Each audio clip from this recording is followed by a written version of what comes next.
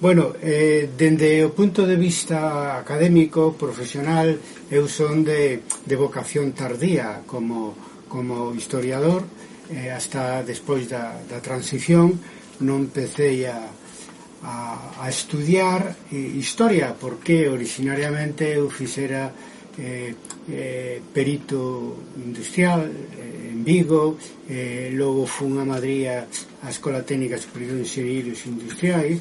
A partir de aí iniciei unha actividade política contra a dictadura, e despois da transición pois planteíme facer unha segunda carreira, non?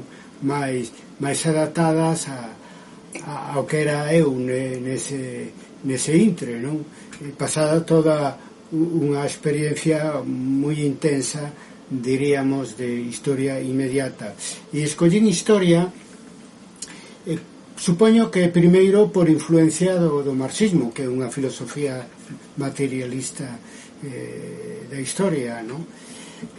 Pero tamén porque regresando a Galicia, pois como pasa tantas veces, pois a miña conciencia da identidade galega pois se reafirmou e se activou enormemente. Entón quería facer algo que fora de historia social, particularmente das mentalidades, porque nese intre estaba moi influído pola Escola de Anales, a través da miña relación coa revista en París.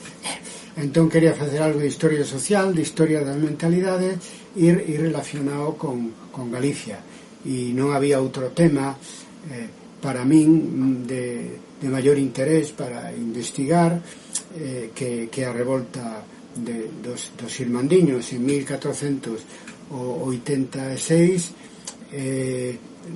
Publiquei a miña tese de licenciatura, que se o libro se chamou Mentalidade Justiciera dos Irmandiños, e en 1986 a tese de doutoramento. Ese é un pouco o motivo que me levou a estudiar e a investigar o levantamento irmandiño. Por que estes levantamentos irmandiños? Por que decidiste por este período? Era no seu momento algo que non era moi coñecido, que non había xente investigando sobre o tema? Por que decidiste por eso? Bueno, eu creo que como investigación non había moita, salvo algún traballos de un profesor meu, Ángel Rodríguez González, que logo publicou o pleito Tavera Fonseca, pero sin estudiar o propio pleito, non? Que foi o que fixen eu, sobre todo na miña tese de doutoramento. Entón é un tema que interesaba na sociedade moito, tamén por razóns de tipo político, pero, sin embargo, que estaba moi pouco investigado, non? Sobre todo investigado como calquer outro tema, é dicir, en base a documentación, en fin.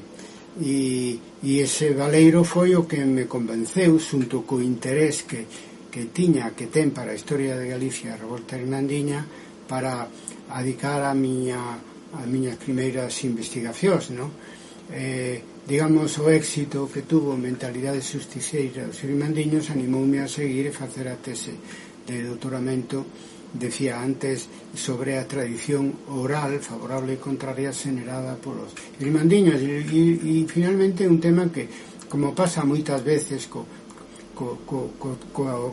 tema da tese doctoral, que non se abandona nunca, non? Porque pasaron xa, pois eso, máis de 30 anos, e aquí estamos. Primeiro porque seguín buscando documentos, seguín escribindo, investigando, pero tamén porque hai unha demanda social e unha demanda cultural, e nada gusta máis a un historiador que as súas obras teñan unha utilidade social, e cando responden a un interés social, a un interés político, a un interés cultural, pois un se anima máis a seguir investigando sobre o tema. E ao longo destes anos, ti pensas que na actualidade, nos últimos anos, o interés o coñecemento, a necesidade de divulgar períodos como este foi en aumento ou polo contra había, digamos, maior interés naquela altura? Mira, eu creo que na USC, na Universidade de Santiago de Compostela, a maior parte dos historiadores que investigamos e que damos clase, damos clase de todas as materias, claro, pero investigamos a maioría de nós sobre a historia de Galicia. Eso é moi importante porque, ademais, a Universidade aportou unha renovación dos estudios historiográficos nos anos 60 e 70 en liña co que estaba pasando no resto de Europa. Xa non se estudiaba soamente a historia política, sino tamén a historia económica, a historia social, a historia das mentalidades. E hoxe en día, a pesar da crise laboral que hai, non, os nosos doutores pois non atopan con facilidade un posto nunha universidade, nun centro de investigación, pero pese a todo isto é moi satisfactorio ver que hai xente nova que sigue investigando sobre Galicia, formada na USC, sobre a historia medieval de Galicia. Logo, o tema da divulgación, pois é unha asignatura pendiente da academia, da universidade, moi mellorable, hasta que punto se divulgan os resultados das nosas investigacións, ata que punto investigamos sobre aqueles temas que interesan na sociedade. Pois claro, nese sentido queda moito por facer. Eu fixen o que poiden, fago o que poido, porque creo que é moi importante establecer esa íntima relación entre academia e sociedade, e neste caso nun tema de tanto interés público como a revolta irmandiña. Por lo tanto, cuido cando ata o día de hoxe os temas que investigo, realmente en historia medieval, cuido que respondan non solamente a un interés académico, sino tamén a un interés público. É dicir, eso é moi importante e ten que ver co que penso ou co que pensamos en historia de debate debe ser a función social do historiador. E por outro lado, utilizo dende hai cando menos 2 décadas a novas tecnoloxías para divulgar os traballos académicos. Dende hai 22 anos existe unha página web personal miña con máis de 100 artigos. O grupo máis grande desos artigos están dedicados á historia medieval de Galicia, e teñen 1,5 millón de visitas estos artigos, non? O sea, unha difusión que vai moi por riba da que se pode conseguir polas vías académicas normales, que eu frecuento tamén, non? Fago as dúas cousas. E ademais penso que en historia de debate o facemos así moitos, non? É dicir, traballamos para dentro e para fora, e non renunciamos nin a academia nin a que as nosas investigacións teñan unha proxección social. E o meu caso, o caso da miña web personal, é un exemplo de que é factible, non? É certo que agora apareceron outras plataformas para publicar, academia.edu, algunha outra, pero en ninguna delas se pode conseguir esa difusión de meus traballos de investigación, concretamente sobre a revolta irmandiña, se non faço unha web de acceso público en general, porque temos ese gusto, pero tamén que é un defecto na universidade da endogamia, non? De escribir para que non lean outros colegas. Eu creo que hai que facelo así, porque así como se forman os consensos historiográficos, pero se pode facer eso e ao mesmo tempo divulgar utilizando as novas tecnoloxías os resultados das nosas investigacións. Entrando en materia, para unha persoa que non coñece este período, como lle as revueltas irmandiñas e os propios irmandiños? Bueno, o primeiro que hai que aclarar é o nome de Irmandiño. Realmente é un invento da época de Irmandades da Fala, un invento feliz, creo eu, porque é unha especie de traducción ao galego do término que se empregaba en castelán, que é hermandinos, para falar dos membros da hermandad. Entón, alguén bautizou eso como Irmandiño. Bueno, é un diminutivo afectivo, a mellor igual que se fai con un nome propio, non? Se dice Pepe, Pepiño, ¿no? Pois Irmandade e Irmandiños. O máis correcto seguramente sería decir Irmanciños, pero queda moi sentou moi ben esa invención, porque en definitiva a lengua é unha invención continua, en este caso culta, etc., porque de esa manera permitiu ao público culto pois interesarse por un episodio tan importante desta historia, da nosa historia, como é a revolta irmandiña. Eles como se chamaban a sí mismo. O que aparece na documentación dese momento, a documentación da Irmandade, é o término irmáns. Tamén en outras hermandades que funcionaron, en fin, fora de Galicia, na Coroa de Castela e Aragón. O sea que era bastante usual falar de irmáns. Aínda que no preto da Vera Fonseca se refiren a sí mismos como e a Irmandade e a revolta irmandiña como o levantamento da xente común da Santa Irmandade do Reino de Galicia. Bueno, quedou Irmandiño, eu utilizo constantemente porque vai na liña do que decía antes, é dicir, é un punto de encontro entre un público interesado pola nosa historia e a investigación académica, que neste caso, como en outros, utiliza términos e nocións do presente para tratar de comprender o pasado, non? As revueltas irmandiñas pensas que poden ser considerados como un dos levantamentos máis importantes da Europa da época? Máis importantes de Europa? Bueno, oyes, na pregunta anterior... Naquela altura, por lo menos. Sí, ahora che vou contestar, pero antes decir que non respondín totalmente a pregunta anterior, e é importante, porque me preguntaba sobre os irmandiños, pero sobre as revoltas. Estaban falando das revoltas. Hai que decir que hubo non dúas revoltas, como se hubo realmente 3 revoltas irmandiñas importantes no século XV.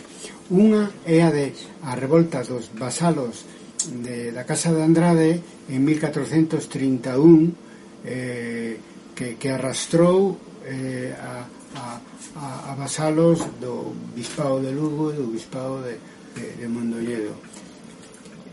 A segunda, que moi descoñecida, pero da que falan bastante as testemunhas do Príncipe da Vera Fonseca, a chaman a revolta dos portos. Se refiren as Rías Baixas, aos portos, sobre todo naquel intre de Pontevedra e Arousa. E aparece moito no preto da Vera Fonseca porque decían eles que é a primeira revolta que derrubou fortalezas.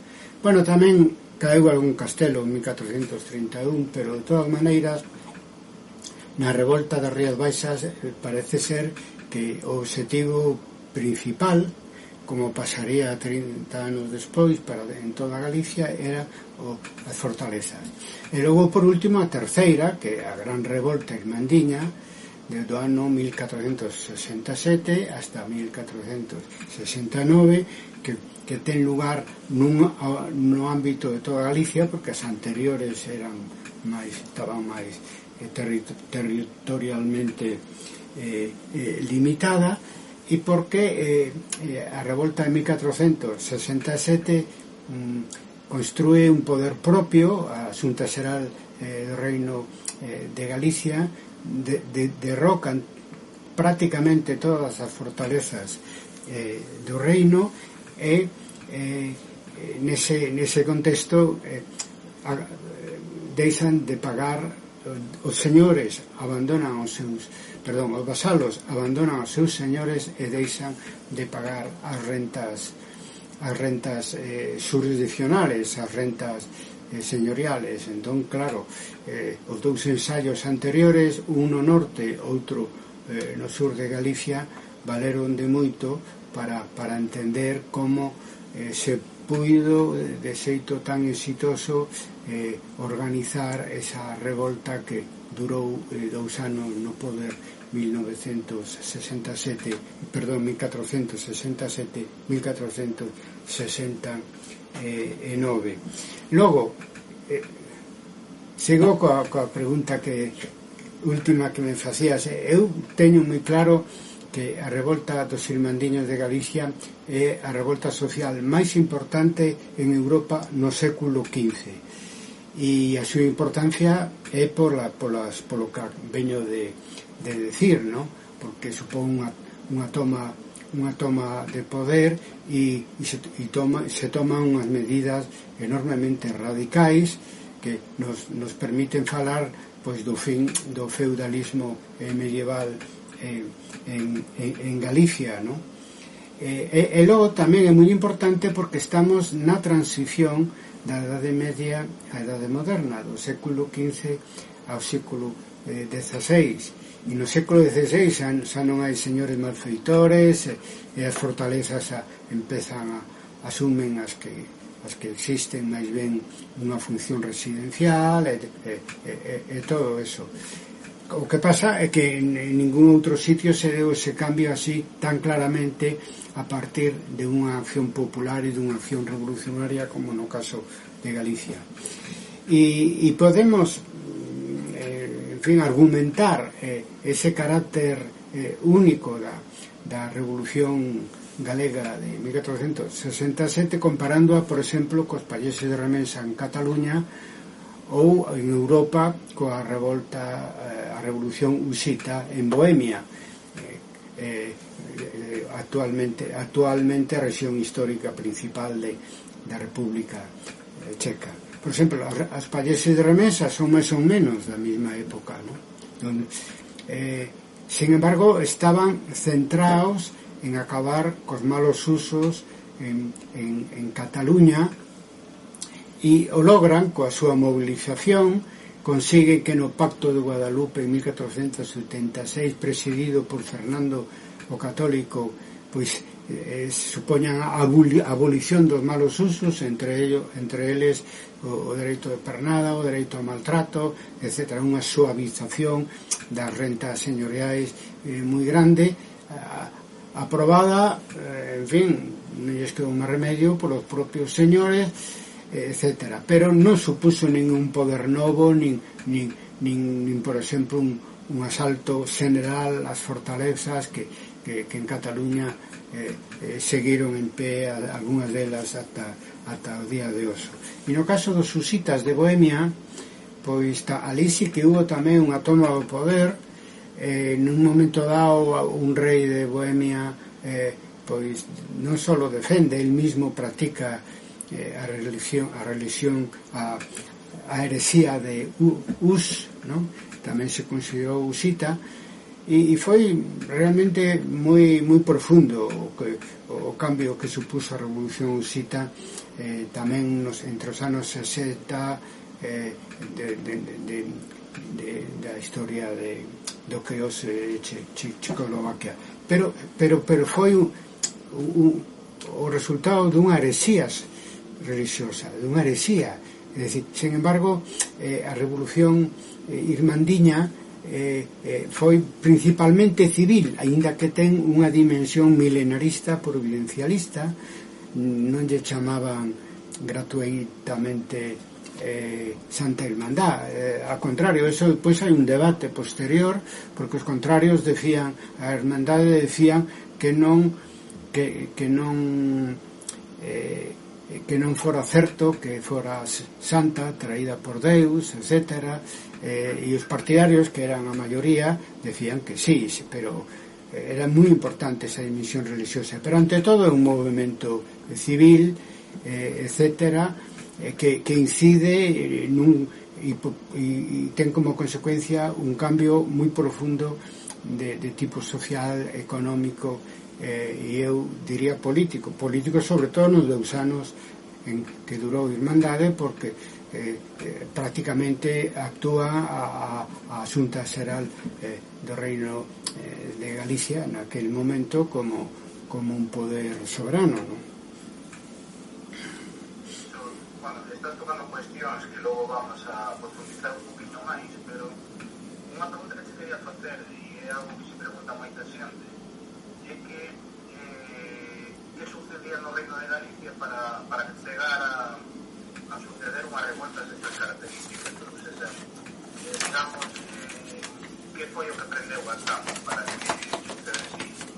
Vamos a ver, Galicia forma parte da historia da Coroa de Castela, de Portugal, de Europa, vive pois os diferentes momentos e procesos históricos. Un deles que no que hai que marcar a revolta irmandiña, a crise do feudalismo e a crise do réxime feudal a mediados do século XIV provoca unha disminución dos ingresos señoriais e iso leva a que os señores, para manter o seu nivel de ingreso e o seu estatus social, incrementan as rendas que cobran aos diferentes tributos e servicios que lle exixen aos seus vasalos. E iso crea, pois en general, en toda Europa, un incremento da conflictividade social grande, non? Entón ese é o primeiro problema, é dicir, o problema é que ese incremento de rendas se fai dun xeito que os campesiños se sinten agraviados, non? Porque consideran que non digna na documentación, que non era uso e costume pagar esos servicios ou eses tributos, que eran uns tributos que se inventaba os propios señores para incrementar os seus ingresos, e iso é un motivo de tensión social e hai un incremento grande da conflictividade social. Pero o que realmente prende a chama, como tú dis, non é o incremento das rentas ás veces de males modos, non? Senón que é algo que caracteriza as consecuencias da crise do feudalismo en Galicia de unha maneira clara, que son esta actividade delincuente por parte dos señores para incrementar os seus ingresos. Simplemente chegado un momento xa non tratan de justificar ese tributo porque que si era ou non era uso e costume, senón simplemente caen no roubo. En primeiro lugar, no roubo entre eles, a anarquía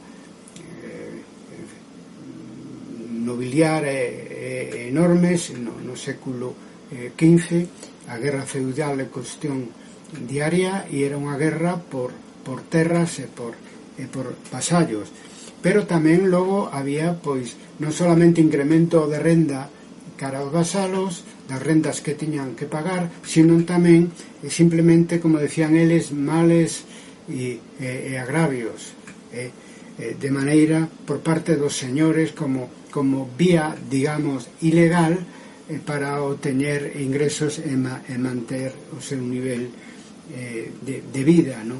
De feito, as testemunhas do Prieto de Vera Fonseca chaman aos cabaleiros os malfeitores do reino, non? Nese contexto, no ámbito político, en toda a coroa de Castela e Aragón ten lugar entre o ano 1366 e 1369, que se chama a Guerra Trastámara, unha guerra civil pola coroa de Castela entre Pedro I de Portugal, que estaba apoiado por Galicia, e Enrique II Trastámara de Castela, que foi o que ganou a Guerra Civil, e a partir de 1369 se crea o que se chama a nova nobreza trastamarista, moito máis agresiva que a anterior, e que se atopa no caso de Galicia esta nova nobreza que a xemonía na pirámide señorial en Galicia era da Igrexa, é dicir, que eran os señores eclesiásticos os que realmente constituían o sistema feudal, ordenaban o sistema feudal en Galicia. De feito, a terra de Santiago, é dicir, o arzobispado de Santiago de Compostela era o maior señorío feudal de Galicia.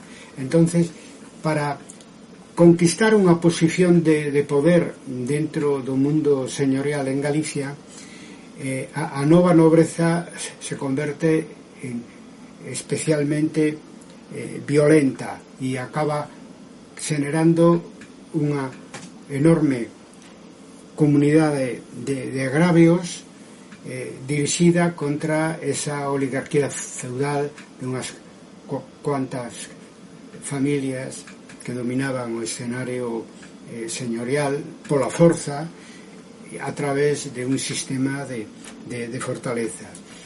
Entonces, ¿qué pasa?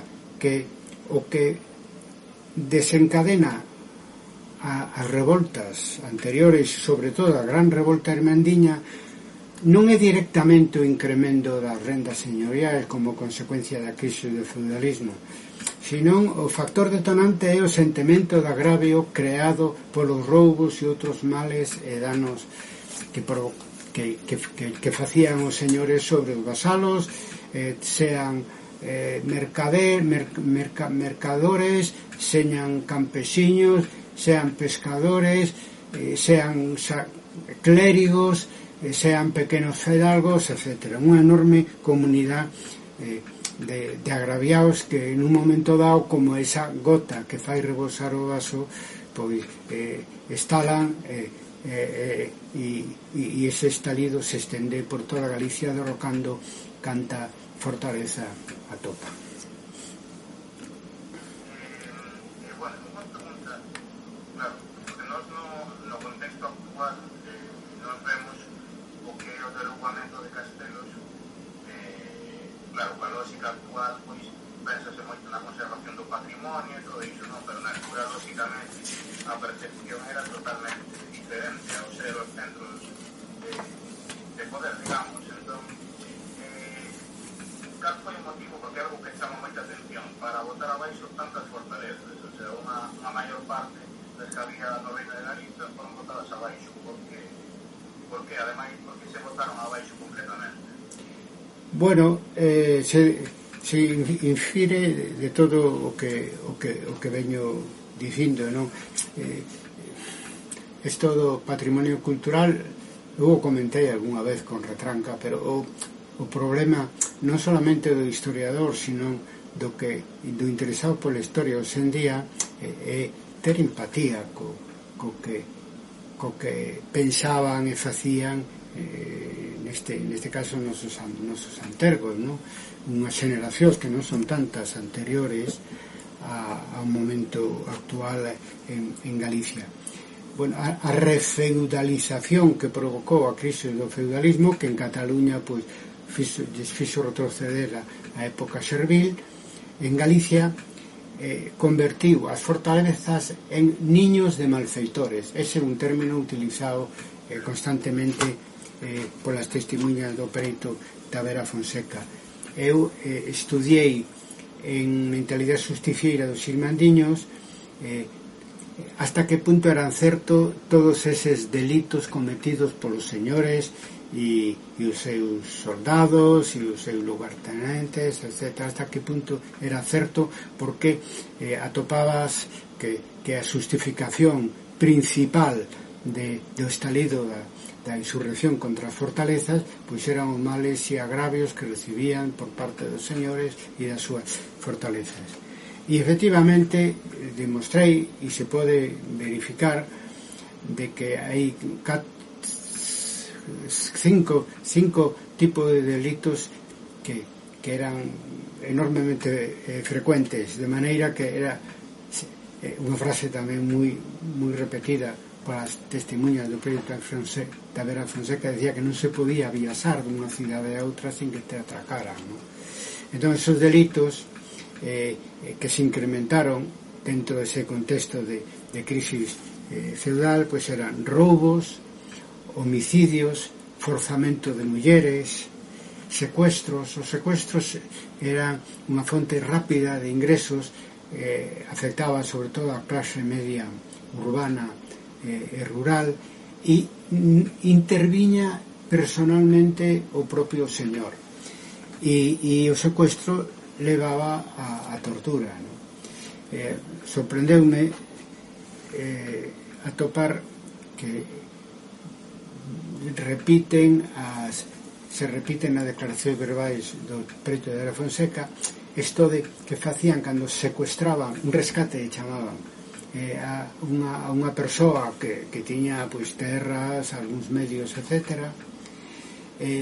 Se non quería cedelos ao señor, pois colgábano dunha corda e facíanos entrar e baixar, metelo e sacalo da agua. Vamos, é a tortura da bañeira, que se chama, que de unha maneira legal incluso os norteamericanos a usaron na súa guerra chamada contra o terrorismo. Por lo tanto, era unha situación asfixiante, é dicir, non se podía vivir. Nos arredores de Betanzos un campesiño decía que para ir a traballar ao campo había que levar armas e non ir só.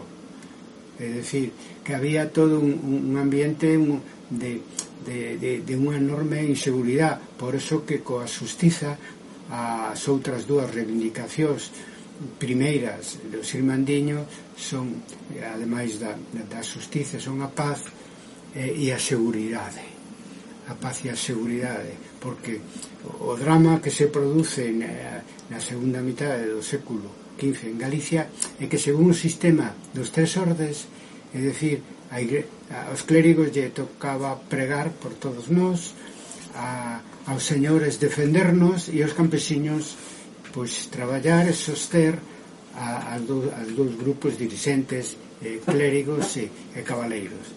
E cando o cabaleiro se convirte en malfeitor, pois os campesiños se arman e arrastran a maioría da sociedade nun exercicio de autodefensa que nun momento dado pois pasa a ofensiva, concentrando todo o seu esforzo no derrubamento das fortalezas, porque ademais de niños de malfeitores sabían perfectamente que era a base do poder señorial que en esta fase final de gran deterioro e de pérdida de consenso querían destruir e o conseguiron.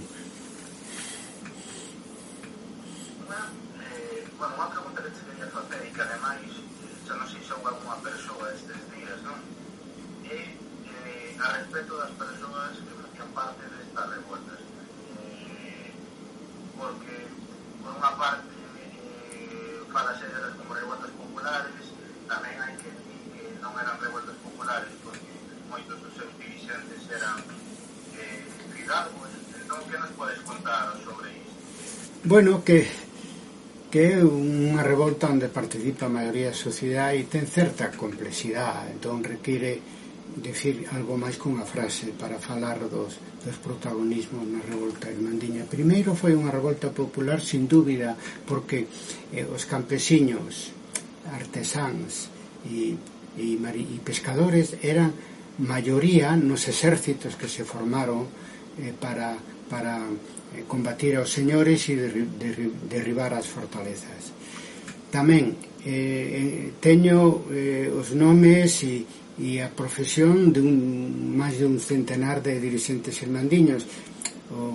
Desde o punto de vista organizativo había, pois, en cada parroquia se pode decir que había un alcalde irmandiño. Bueno, non en bastantes sitios se agrupaban dúas ou tres parroquias ou era un alcalde un alcalde comarcal. Bueno, pois todos ese que temos, esa lista que temos, a maioría son populares, tamén. E o máis importante para explicar o carácter popular da revolta irmandiña é que esa participación das clases subalternas, como decía Gramsci, é decisiva no momento do asalto ás fortalezas, cando en marzo dos 67 se reúne a Xunta de Melide, decide facerse co control de todas as fortalezas do reino para que dende ali non se fixeran malfeitorías. Pero inmediatamente despois, é dicir, ao mes seguinte, a finais de abril, temos a primeiro dato dunha fortaleza derrocada pola xente común, que é en Ourense, pero ao mesmo tempo ou antes foi o derrocamento da Rochaforte despois do asalto, unha feroz resistencia.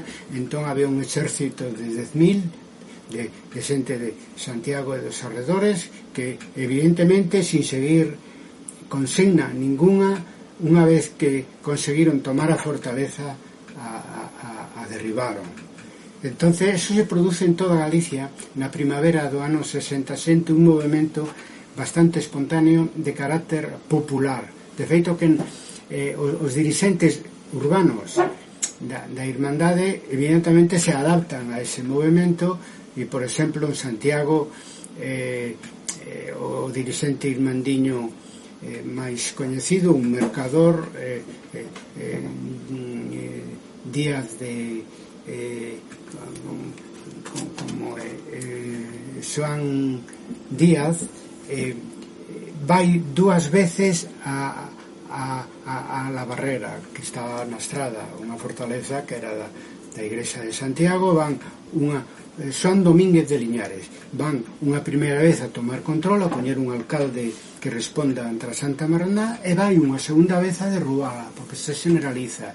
E a Xunta de Galicia acepta ese fenómeno espontáneo. Pois moi ben, eso creo que fixo entrar na historia aos irmandiños de Galicia. O derrocamento das fortalezas foi, ante todo, unha acción popular a que se adaptaron os outros sectores. Pero o que non solamente, a diferencia de outras revoltas anteriores en Europa e tamén en Galicia, non solamente participaron campesiños e artesáns, sino que hubo, digamos, para falar con unha terminoloxía actual, unha política de alianzas. Existía xente descontenta en todos os estratos sociais con esa oligarquía feudal, cos señores da fortaleza. Entonces hubo alianzas e cada grupo ou clase social xogou un papel distinto. Por exemplo, a burguesía, un papel político evidente, porque foron os concellos urbanos que nos pediron a Enrique IV que estendera a formación de irmandades a Galicia. Entón, no primeiro momento teñen un protagonismo, logo son desbordados pola acción popular cando empeza o asalto ás fortalezas, pero se adaptan a ese cambio, pero siguen xogando, pois claro, a mí me gusta decir que sabían o nome do rei que había en Castela, non había dous, que había unha guerra civil, pero do rei lexítimo que se apoyaba, que as irmandades de Galicia apoyaban, que era Enrique IV, pero a maioría non sabía nin o nome. Por lo tanto, sempre se deu esa distancia de élite e o povo, diríamos, pero a burguesía xoga aí un papel. Logo, os letrados e os clérigos, cada un dun xeito diferente, xoga un papel no plano ideolóxico, no? e religioso. E logo, os cabidos catedralicios xogan un papel de apoio, sin excepción, nas 5 diócesis, nas 4 diócesis e na arquidiócesis de Santiago, e un pouco aparece como distintivo o apoio económico, non? Porque inda que había un tributo había que pagar a Irmandade era pouca cousa. É dicir, eu penso que aínda que solamente temos un ou dous datos de esa aportación económica dos cabidos a Santa Irmandade, debeu ser general entre os diferentes cabidos. E por último están os fidalgos. É dicir, a revolta irmandiña é tamén unha revolta dos pequenos e medianos contra os grandes, non? Entonces os fidalgos que tiñan son cabaleiros e teñen a guerra por profesión, eran chamados pola Irmandad para xogar un papel como capitáns, non? Como capitáns de Irmandade. Pero logo, cando se facía unha xunta, pois casi nin aparecen nomeados. Non digo que non estuveran ali. Eran, polo tanto, tiñan unha función militar subordinada ao poder civil. E o poder civil estaba nos alcaldes da Santa Irmandad. Había alcaldes, en fin, de un municipio, de unha comarca, pero había alcaldes diocesanos que se xuntaban na Xunta de Galicia e tomaban decisións continuas para administrar xustiza e outros temas. Por desgracia, como comprenderedes, non quedaron actas desas xuntanzas, pero supoñemos que eran bastante detalladas, e o papel dos nobres era que apoyaban a Irmandad, eran sobre todo pois a pequena ou en algún caso mediana nobleza, xente segundona na súa liñaxe, etcétera, que tiña moito que gañar e moi pouco que perder, non? E entonces nese sentido xoga un papel militar, pero tamén aí o mundo se volve do revés coa gran revolta, porque eu atopei a un tal Bartolo de Freiría, que era un labrego do val do río Ulla, que debía ter experiencia militar. Todos teñan armas e experiencia militar porque había unha guerra feudal continua e servían antes da revolta cada un co seu señor nesas guerras. Entonces a ese campesiño Bartolo de Freiría o nomean capitán. Os demais eran todos fidalgos, pero ao mesmo tempo os alcaldes da Irmandad, que eran o poder fundamental, tamén no asalto das fortalezas xogan un papel generalizado en toda Galicia. E os Alonso de Lanzós, Diego de Lemos, Pedro Osorio e outros menos coñecidos pero importantes tamén aparecen no momento das batallas e no momento de cando fan falta, pero non xogan un papel menor no momento de, si falamos do exercicio do poder por parte da Irmandades aos diferentes niveis e sobre todo ao máximo nivel que é a Xunta de Galicia, non? Podemos dicir que neste período, nestas grandes revueltas, funcionaron casi como un goberno independente, podemos dicir, non? Bueno, a Xunta Xeral do Reino de Galicia teño documentada 5. Realmente non eran xuntanzas en fin, de pouca duración, senón que eran cuasi asambleas, non?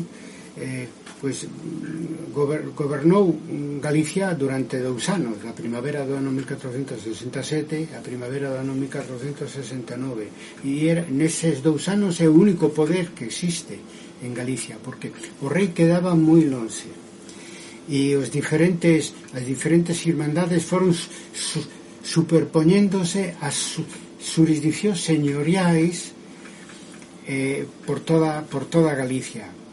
Os señores, como di Rui Vázquez, un clérigo, na crónica Santa María de Iria, quedaron sin terras, desnudos como viñeron ao mundo, sin terras e sin vasalos. Entón, é o único poder que existe neses 2 anos, naturalmente en nome do rei, pero tiñan por costume e decir que obedecer pero non cumprir.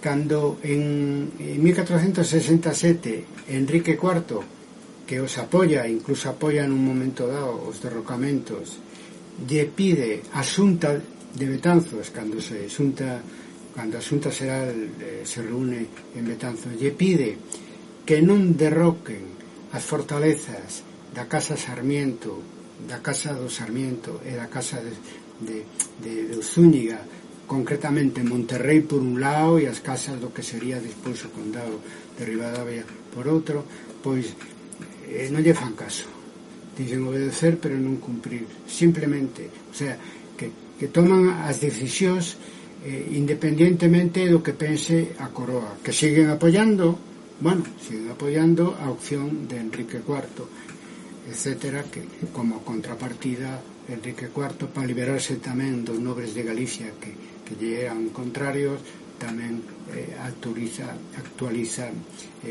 autoriza un momento dado os derrocamentos.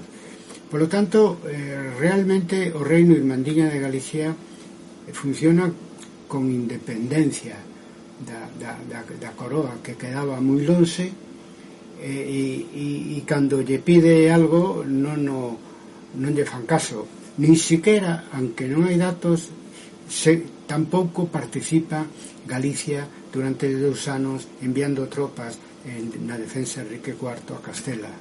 Simplemente practican ese autogoberno que, aunque se refire ao licenciado Molina na descripción do Reino de Galicia, onde dice que se gobernaban a sí mesmos, e tamén hai unha parte das testemunhas do Preto Vera Fonseca, unha minoría contraria, que lle chama a Irmandade louca, ¿no? Porque querían gobernarse a sí mesmos. Proba de que aquí neses 2 anos o Reino de Galicia con unha organización administrativa e sin problemas coas jurisdiccións señoriais que deixaron de existir, gobernou Galicia. Entonces eu creo que Galicia foi independiente durante 2 anos coa revolta irmandiña, un período moito maior que o rei García, non? Que ademais, bueno, pois eso, era un rei que lle tocou en herdanza Galicia, pero hasta onde coñecemos non creou ninguna estrutura de poder. Os irmandiños sí. Por lo tanto, sorpréndeme que non se reivindique, falando do reino medieval de Galicia, o seu momento máis importante, que é a revolta irmandiña, cando o autogoberno se fixo, pois na práctica soberano. Falabase antes, non sei se podes profundizar un poquinho máis no papel que tivo en todo isto Enrique IV de Castela, porque eu, polo menos, é algo no que é un dos temas dos que me xera máis dúbidas, maior descoñecemento, perdón. Bueno, Enrique IV de Castela e os irmandiños se utilizaron mutuamente, diría eu. Os irmandiños aproveitaron o baleiro que deixou a existencia de 2 reis en Castela para tomar o poder, diríamos, e ao mesmo tempo asaltaban as fortalezas berrando viva el rei, ¿no?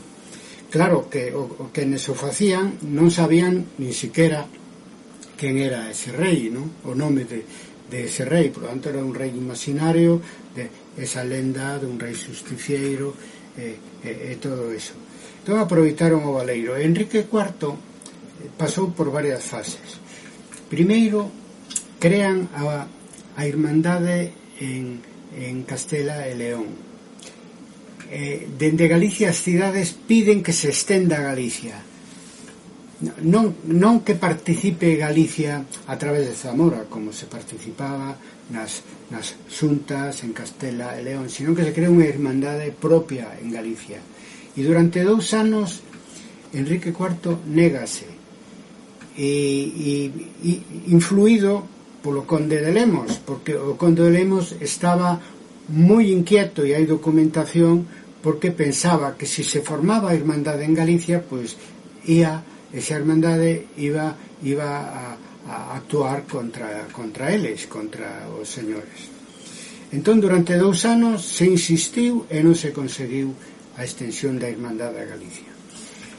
Conforme avanza a Guerra Civil, resulta que a maior parte dos nobres galegos se pasan ao bando do príncipe Alfonso, contrario de Enrique IV, empezando polo conde de Lemos. Entonces, visto isto, Enrique IV cambia de postura e envía cartas autorizando a formación das irmandades da Irmandade en Galicia, co cal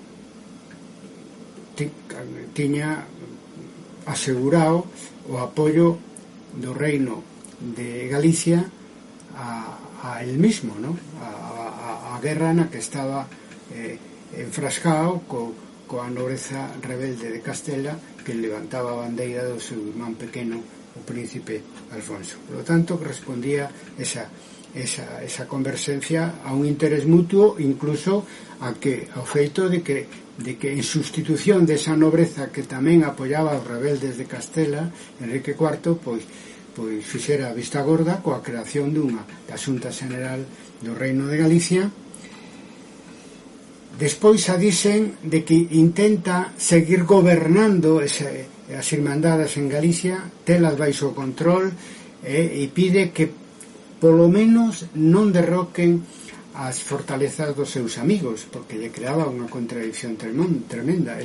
A irmandade estaba con Enrique IV, pero os poucos nobres, como é Teresa de Zúñiga, Juan de Zúñiga, que apoiaban a Enrique IV, pois tamén lle derribaban as súas fortalezas, e aí non conseguiu nada. Sin embargo,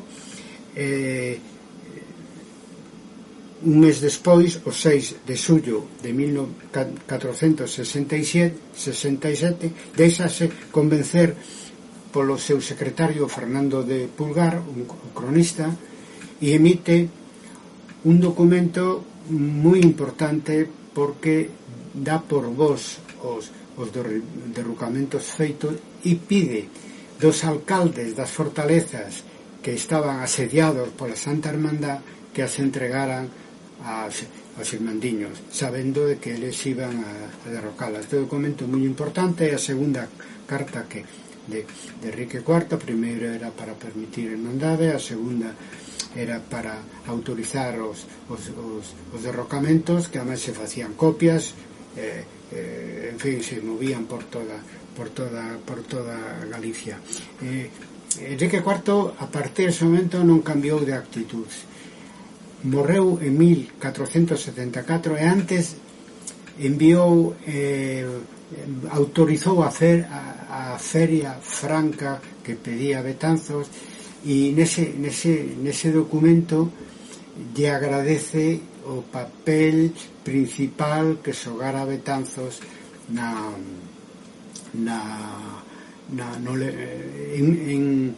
en mi nombre, é a obra que fixeron de poñer de justicia, paz e seguridade, de impoñer justicia, paz e seguridade en Galicia.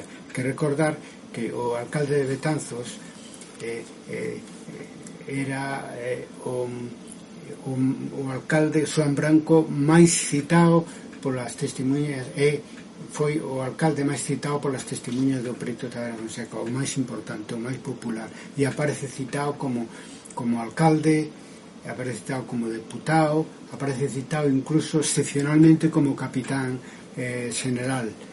E ademais tiña unha relación, obviamente, supoño que personal, porque de todas as peticións que houbo para que estendera a Irmandade a Galicia nas Cortes de Salamanca, pois Enrique IV permitiu que estuvera presente, o Galicia non tiña voto en Cortes, que estuvera presente Xoán Branco, e eu penso que esa foi a petición definitiva, porque Betanzos era a única cidade do rei en Galicia. Había outras, pero sempre estaban controladas por algún señor. Betanzos era a única cidade de Reguengo. Digo que non variou nunca de posición, ni se arrepentiu, e iso que na corte había quen falaba dos excesos das irmandades en Galicia ata o final. Sempre se sentiu agradecido pola obra que se fixo en Galicia, que, como xa sabemos, logo foi copiada polos enviados dos Reis Católicos, pero claro, de outro xeito, dende enriba, cando a obra dos irmandiños foi toda dende en baixo, arriba, hacia arriba, a cara arriba. Xa, entrando na parte final, nas últimas preguntas, algo que a min polo menos si me xera sorpresa ou curiosidade é que os irmandiños non atacaron en ningún momento bens eclesiásticos, non? Que aparte isto é algo que justo nos fixaron esta semana esta misma pregunta. Entón, quería se nos podes explicar brevemente un pouco os motivos, non? Bueno, xa dixemos que a Igrexa era xemónica no mundo señorial galego, non? Entón, que hubo repetidos e violentos intentos de roubar, sobre todo o arzobispo de Santiago, as súas terras e os seus vasalos. Por lo tanto, a primeira víctima da rapacidade de esta nova nobreza foi a Igrexa, e como tal forma parte do bloque irmandiño. Non tanto naturalmente os señores bispos e o arcebispo de Santiago, ainda que despois cambiou de actitud, pero esa é outra historia, senón sobre todo os cabidos. Durante os 2 anos da revolta irmandiña, quen administran a diócesis son os cabidos, porque os bispos ou foron expulsados de Galicia, como o arzobispo Fonseca, ou vivían fora ou xogaban un papel menor nas súas diócesis. Os que mandaban na Igrexa galega eran os cabidos catedralicios e formaban parte do bloque irmandiño. Durante os 2 anos do poder irmandiño se generalizou o impago das rentas feudais, polo tanto, eso afectou sobre todo as rentas episcopais e arcebispais, ¿no? Pero tamén en parte aos cabidos, porque o bispo cedía parte de esas rentas e nese ambiente de non pagar e non prestar servicio aos señores, de vivir sin señores, como dixen un artigo, pois tamén os propios cabidos tiñan dificultades para cobrar as rendas eclesiásticas e outras cousas. Pero eso lle pasa a todos os estamentos señoriais medianos e pequenos que participan na revolta, que claro, que eso non fan ninguna excepción con eles, nin no pago de rentas, nin no tocante ás fortalezas. A un capitán irmandiño importante, pero pouco coñecido, Sueiro de Noguerol, de Porto Marín, comendador de Porto Marín, lle arrasan a súa fortaleza, e ao propio Pedro Osorio tamén lle derriban as fortalezas que tiñan na vía de Suarna e en Pobra de Durón. Non se andaban con bromas, por eso que hai, digamos, el factor decisivo popular está presente dende o principio e hasta o final. Outra cousa que participan outros grupos e outras clases na revolta coas súas ideas, pero hai ideas que non son discutibles, como é o derrubamento das fortalezas. Eso non hai nadie, nin o rei, nin ningún dos que por participar na irmandade quere que se faga unha excepción con el, o consigue. Por lo tanto, se trata en determinadas cuestiones nunha revolta moi igualitaria, ¿no? As fortalezas que eran do arcebispo ou dos bispos se derrubaron igual que as outras. Bueno, na terra de Santiago pues se derrubaron todas, o que pasa que despois Fonseca chegou a un acordo cos antigos irmandiños para que non se reedificaran, pero se derrubaron todas. Donde sí hubo isto que tú dices de non atacar os bens eclesiásticos é que as catedrais, os edificios das catedrais mosteiros, igrexas que estaban construídas como fortaleza, por exemplo, a igrexa de Portomarín, non as tocaron. Todo que eran igrexas encasteladas non as tocaron, simplemente porque a maior parte da igrexa estaba participando na revolta, e tamén porque non se sentían amenazados. O sea, non hai acusacións de que nas catedrais, nos mosteiros ou nas igrexas parroquiais se cometeran abusos e malos usos e delitos. Está aí un respeto. E logo interesoume moito tamén o tema de que pasa cando derruban unha fortaleza coa igrexa que hai dentro, normalmente unha capela. Pois eu creo que a respetan. O caso máis evidente, e ademais calquera pode ir ali e verificalo, é nas Torres do Oeste. Agora lle chamamos as Torres de Catoira, onde quedou unha ermida ali románica, así, moi modesta, en pé, non? Sin embargo, agora que avanzaron bastante, hai unha asociación aí moi activa en defensa da Rochaforte, en Santiago de Compostela, sabemos de que a igrexa, porque era unha fortaleza moi importante, con varios muros, con varias torres, pois a igrexa que estaba dentro tamén foi derribada, pero teño para min que foi derribada porque formaba parte dunha das torres, e non había maneira de derribar a torre sen que caíra ao mesmo tempo a igrexa. En general, hubo un respeto porque a igrexa como tal estaba da parte dos rebeldes, e os rebeldes o sentían así cando falaban da Santa Hermandade, como decía Ruy Vázquez, como algo que truxo Deus ao mundo para castigar aos cabaleiros por todos os seus pecados, naturalmente contra a igrexa, pero tamén contra o resto da población. Bueno, fijándose nas dúas últimas preguntas, tamén comentar que si algunhas persoas que están conectadas ten algunha pregunta máis pode deixala, se non vamos a entrar xa nestas dúas últimas. Cales foron as causas que levaron á derrota deste levantamento? Bueno, eu nego a maior, como os que me leen saben, non? Eu creo que a revolta irmandiña históricamente foi unha victoria, non? Unha gran victoria que non estamos moi acostumados, salvo, eu que sei, a Revolución Francesa ou a Revolución Rusa ou a Revolución Inglesa no século XVII, pero que cando falamos que da súa importancia na Europa do século XV, tamén hai que entender que esa afirmación se pode facer porque foi unha revolta victoriosa. Primeiro, porque non hubo represión, non? Como tú comentas. Non está documentada ni un solo caso. Pero eu difundo todo o que poido unha declaración do Preto de Agra Fonseca, donde conta un diálogo entre Pardo de Cela e o seu sogro, o conde de Lemos, e Pardo de Cela lle di ao conde de Lemos, Pedro Álvarez Osorio, estaba casado coa súa filla, lle di: señor conde,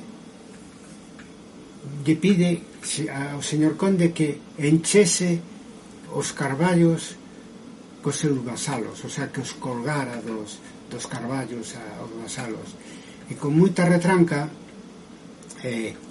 o conde de Lemos lle di que non había de comer dos seus carballos.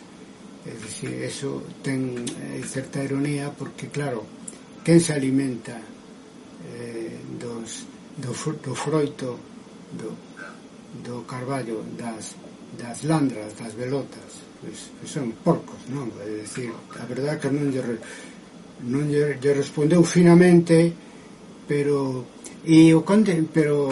claramente, é dicir, e o conde de Lemos di Vasco da Ponte que era a luz da nobreza galega do momento. Era o máis poderoso probablemente e o máis inteligente, sin dúbida.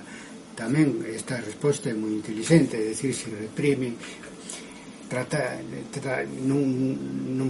hasta onde chegan coa represión, porque foi unha revolta tan se di no Preto de Vera Fonseca, tan irresistible, participou tantísima xente que non como lle pos límite a unha represión se a inicias unha represión, e además se non te consigues reconciliar cos vasalos, quen che vai pagar as rendas que necesitas para vivir como un conde ou para vivir como un mariscal ou como un nobre, como un gran señor, como se decía daquela. Segundo, decir que cando en 1469 termina a revolta é porque veñen tres exércitos que converse polo menos dous deles en Santiago, e se enfrenta Pedro Osorio con un exército pois da cidade de Santiago, imagínome, e o propio exército que ele da zona de Mondoñedo, que traía consigo un sitio para outro, porque era señor ali en Lourenza. Bueno, pois gañaron a batalla de Valmalice, cerca de Santiago, e logo con Taponte que se dividiron e cada un foi a súa xurisdicción para recuperar as súas terras e os seus vasalos. Sí, pero non poideron tomar as cidades, porque os irmandiños derrocaron todas as fortalezas, pero tiñan as cidades para poder defenderse, e as cidades ex-irmandiñas, pero seguían cos mesmos dirigentes e co mesmo espírito, non puderon tomar ninguna delas, tuveron que negociar. E iso, digamos, que convierte a derrota en victoria. Por exemplo, o arcebispo de Santiago non foi capaz de recuperar militarmente Santiago de Compostela, ¿no? Incluso estuvo a punto de morrer por unha frecha, estaba en San Francisco ali refugiado, unha frecha daquelas, non había penicilina, non estuvo a punto de morrer. Entonces, non lle quedou máis remedio que reconciliarse coa cidade de Santiago e cos seus vasallos en general para poder seguir, pois eso, sendo o señor da terra de Santiago. E o feito de non poder tomar pola forza a cidade contou moito e cambiou de actitud. Un dos capitáns irmandiños que conservaba o seu exército, polo menos o máis importante, Alonso de Lanzós, lle axudou ao arcebispo Fonseca na guerra contra o que serían o conde de Altamira, os moscosos, ¿no? O seña que dividiron esa unidade que hubo na contrarrevolta, pois a resistencia das cidades rompeu con esa unidade e a necesidade que tiñan de reconciliarse cos seus vasalos, claro, senón non podían restaurar o réximen señorial. Aínda así, nos anos 70, pois se produce unha reacción señorial ao seu efecto maior, a reedificación de fortalezas por parte de algúns dos nobres máis recalcitrantes, concretamente o conde de Lemos. Outros nobres, topei hai pouco ese dato, e informaban a él de como iba o tema da reedificación, que era moi laborioso, moi complicado, porque había unha oposición de fondo, e a fin, pero ainda así conseguiron reedificar as súas fortalezas. Pero en 1480 producese o que claramente é unha segunda volta da revolta irmandiña. Así o sentían as testemunhas do Preto de la Fonseca, porque ven a Cacuña Chinchilla enviado polos reis católicos a Galicia, pois, e volven a reunir os exércitos irmandiños para derrocar as fortalezas que foron reedificadas. Nunha das crónicas de reis católicos se fala de 40 fortalezas voltas a derrubar, porque etcétera. En ese sentido, pois é un segundo éxito dos irmandiños a medio plazo. De momento tuveron que pasar unha década negra cos señores presionando para a reedificación das fortalezas, pero en 1480 viron a oportunidade de volver a formar os seus exércitos baixo o nome da Irmandade, outra Irmandade formada polos reis católicos, non controlada por eles mesmos, pero ainda así valeu para eso. A Cuña Chinchilla era xente moi radical, sobre todo Fernando de Acuña era un rapaz de 23 anos e moi radical e no sentido de oposición a ese tipo de nobreza violenta e feudal. E aí ven a victoria maior dos irmandiños, porque a que durou para sempre, porque a partir de 1480 non solamente se derrocaron as fortalezas reedificadas, sino que ademais se crearon institucións que eles pedían, como a Audiencia de Galicia, o gobernador de Galicia, a Xunta de Galicia, se queredes con un contido agora light, non? Comparado co que foron dos anos irmandiños, pero moi importante, porque tuveron pois duración hasta a época continuaron hasta esa época contemporánea, ¿no?